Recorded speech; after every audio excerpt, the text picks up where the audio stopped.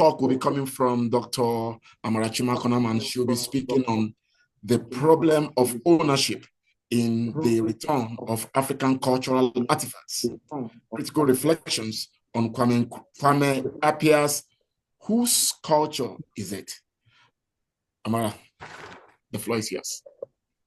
Thank you very much for such a beautiful introduction. So we'll be speaking on the problem of ownership in the return of African cultural artifacts, critical reflections on Kwame Appiah's Whose Culture Is It? My name is Amara Chimakonam. I'm a postdoc at the Center for African Phenomenology, University of Fort Hare, South Africa, and I'm also a member of the Conversational School of Philosophy. 1 minute, please.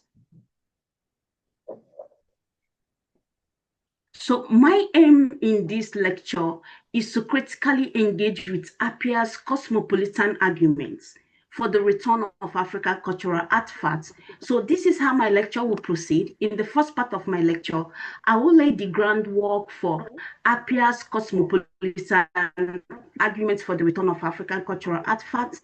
The second part will be a summary of his cosmopolitan arguments. And in the final part of my lecture, I will critically engage Appiah's cosmopolitanism of African cultural artifacts. So I will do this in two ways. First, I will articulate an idea of communal ownership from Ifeanyi Menkiti's account of normative personhood. Then secondly, I will introduce the notion of African phenomenological aesthetic experience. So in laying the groundwork for Appiah's cosmopolitan arguments for the return of African cultural artifacts, it will interest us to know that the question of ownership, that is the question of who owns cultural artifacts, is central to the debate on the return of African cultural artifacts. So these questions leads to other ethical questions like,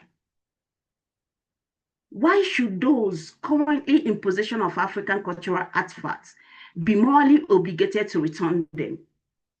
To who or whom should those cultural artifacts be returned to, since that original owners are unknown or no longer exist? So these questions and many more are what Appiah addresses in his 2009 work, Whose Culture Is It? In this work, Appiah contends with the issues of ownership and the return of African cultural artifacts from a cosmopolitan perspective. Now, cosmopolitanism, etymologically speaking, is derived from the Greek word cosmopolite, meaning citizen of the world. Philosophically, cosmopolitanism is the idea that all human beings, irrespective of our political affiliations, belong to a single global community. Now, there are different types of cosmopolitanism. We have political cosmopolitanism, as you will see in the work of Immanuel Kant, moral cosmopolitanism, as we have in the work of Thomas Pogge, and cultural cosmopolitanism, as you have in the work of Jeremy Waldron. However, Appiah's variant of cosmopolitanism is what he identified as rooted cosmopolitanism. Rooted cosmopolitanism takes cognizance of our cultural differences and our universal moral obligation to all human beings, while at the same time pushing for a kind of intercultural dialogue and global conversation that will not subsume these cultural differences and our individual identities. Within the literature, rooted cosmopolitanism is often differentiated from rootless cosmopolitanism.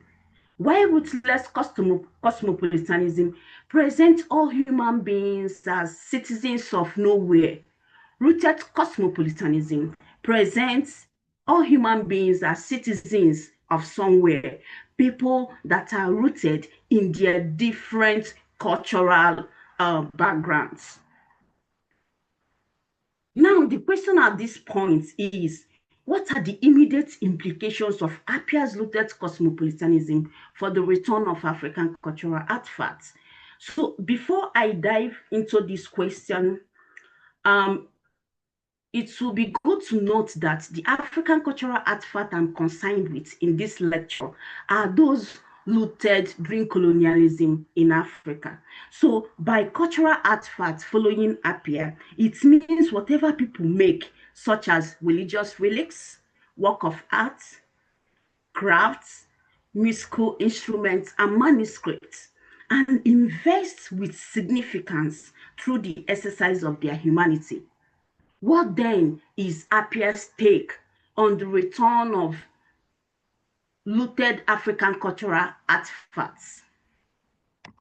This brings me to a summary of Appiah's cosmopolitan arguments for the return of African cultural artifacts. So before engaging with the issues of ownership and return of African cultural artifacts, Appiah attempts to establish that African cultural artifacts were not looted, but were collected. So for him, African cultural artifacts were legitimately collected. He gives two arguments for this. The first one is that they were collected as spoils of war. For him, during the 19th and 20th century, the period of colonialism in Africa, there were laws that allowed the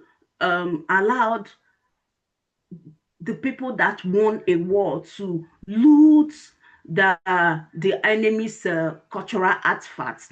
And he asks us to consider the example of the collection of cultural artifacts from the palace of King Kofi Karikari in Kumasi, Gold Coast, now Ghana.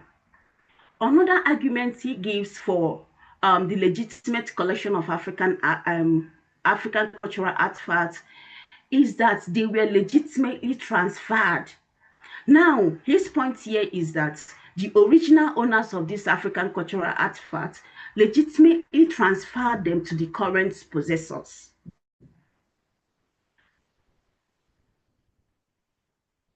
Having established that African cultural artifacts were legitimately collected and not looted, Appiah opens up the question of who owns these cultural artifacts, and do those currently in possession of these cultural artifacts morally obligated to return them? To the first question, he responds that these cultural artifacts belong to all human beings. He gives two reasons for this. The first reason is that there is a lack of cultural continuity between the source culture that produced this cultural artifact and the modern states. He asks us to consider the example of Nigeria. He says that the Benin sculptures were made for the old Benin kingdom and not for the modern state Nigeria. Another reason he gave is that there is a kind of lack of individual ownership. When we talk about these cultural artifacts, we cannot actually, for example, point to this individual A as the owner of this cultural artifacts. Which individual actually owns what, when? So in the lack of individual ownership and cultural continuity, Appiah makes the claim that African cultural artifacts belong to all human beings and not Africans. From this argument, he concluded that the West, who are currently in possession of these cultural artifacts, do not have the moral obligation to return them to Africa. Although he acknowledges that they could also do us a favor by loaning these cultural artifacts to us. Although also he kind of gives two caveats here, that cultural artifacts taken from Africa during colonialism could be returned if they have a religious significance. And secondly, if the descendants of the original owners are known, although he warned us not to seek the return of those cultural artifacts, not only because the West will not listen to us, but also because it is well taken care of where it is than them being returned to Africa. Another important argument Appiah puts forward is his claim that African cultural artifacts have universal or wider aesthetic value. This is an idea he refers to as cosmopolitan aesthetic experience, an idea that suggests that African cultural artifacts are available to all human beings as such, morally weightier than when they are in African museums. At this point, Appiah asks us to shift away from the question of who owns African cultural artifacts to who should be the best custodian of these cultural artifacts. He responds that these cultural artifacts are well taken care of in the encyclopedic museums like the British Museum, and is in these museums that they will be made available to all humanity. The question at this point is, were African cultural artifacts legitimately collected, as Appiah would have us believe, during colonialism? And this brings me to the critical engagement of Appiah's cosmopolitanism of African cultural artifacts. History is full of examples of the wrongful or the looting of African cultural artifacts. Take, for instance, the Benin sculptures, which you also noted, that was looted during the 1897 expedition. Also consider the looting of the Niki Nkondo statue from Congo in 1878 punitive expenditure. Also, Appiah's claim that these cultural artifacts were taken as spoils of war is questionable. There were laws in the 19th and 20th centuries that actually prohibited the looting of cultural artifacts during warfare. Some of these laws are 1863 Libya Code and 1880 Oxford Manual. Unless Appiah is saying that these laws do not apply to Africans and that the West are morally justified in looting African cultural artifacts. Again, Oles is also saying that the colonialism of Africa is a war between the West and the Africa, which I believe would be absurd. Again, his claim that these cultural artifacts were legitimately transferred is also problematic. Within the literature, it has been shown that some of these cultural artifacts were collected after the original owners were subjected to colonial violence, forcing them to submit to British rule. If this is the case, then this is far from legitimate transfer that Appiah wants us to believe. Now, having established that African cultural artifacts were actually looted during colonialism, it is important to raise this question again. Who owns African cultural artifacts?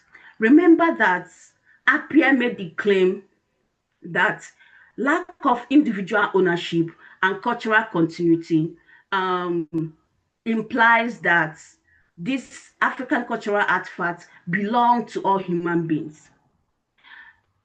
This, however, undermines the idea of communal ownership. So at this point, I will articulate an idea of communal ownership from Ifeanyi Menkiti's account of normative personhood.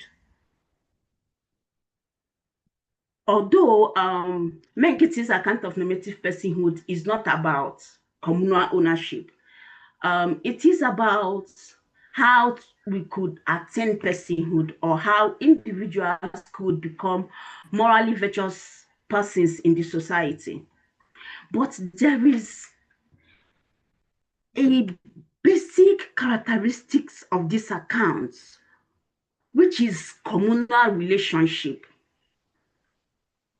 According to Menkiti, it is by incorporation into the community and one carrying out his or her communal obligations and duties, among other things, that one become a person. So Menkiti also noted that within this account of normative personhood, that communal obligations, relationship, duties are primary, while individual rights are secondary. Now, following this account of normative personhood, there is an idea of communal ownership that recognizes the relationship among the community, the individual, and the external objects. By communal ownership within this context, it means external objects being owned, controlled, and allocated by the will of the community. And the meaningful use of these external objects is accorded to individuals through communal will. It will interest us to know that the community exercises its ownership through communal relationship. Following this idea of communal relationship, it means that the community owns those cultural artifacts looted during colonialism in Africa. This also implies that the West, who are currently in possession of these African cultural artifacts, are morally obligated to return them to Africa, since they did not return them in the past. But why should they return these cultural artifacts? The looting of these cultural artifacts truncated the relationship between the community, the individual, and the external objects. And the consequences of this truncation is that it caused a kind of relational disequilibrium that ensures that Africans do not own and live with these works of art. So, in order to restore relational equilibrium, the West are morally obligated to return these cultural artifacts to Africa. So at this point, why I agree with Appiah that African cultural artifacts have a a wider aesthetic value to all human beings. I introduced the notion of African phenomenological aesthetic experience to claim that they should not undermine the descendants' interests to also own and live with this work of art. So by African phenomenological aesthetic experience, I mean that the descendants' interest in experiencing and appreciating those cultural artifacts, all things considered, is stronger than just the interest of the present possessors in experiencing and appreciating them. So I believe that this will better realize Appiah's quest or call for wider aesthetic experience, since the West enjoys no visa restriction to most of African countries and are financially well positioned to come to Africa and experience this work of art. So I'll be stopping at this point. Thank you very much for listening. I look forward to your questions, comments, and contributions. Thank you. Thank you very, very much, Mara, for that engaging presentation. I was wondering, I just told myself, Appiah must be well loved by the looters of these artifacts, But that's by the way.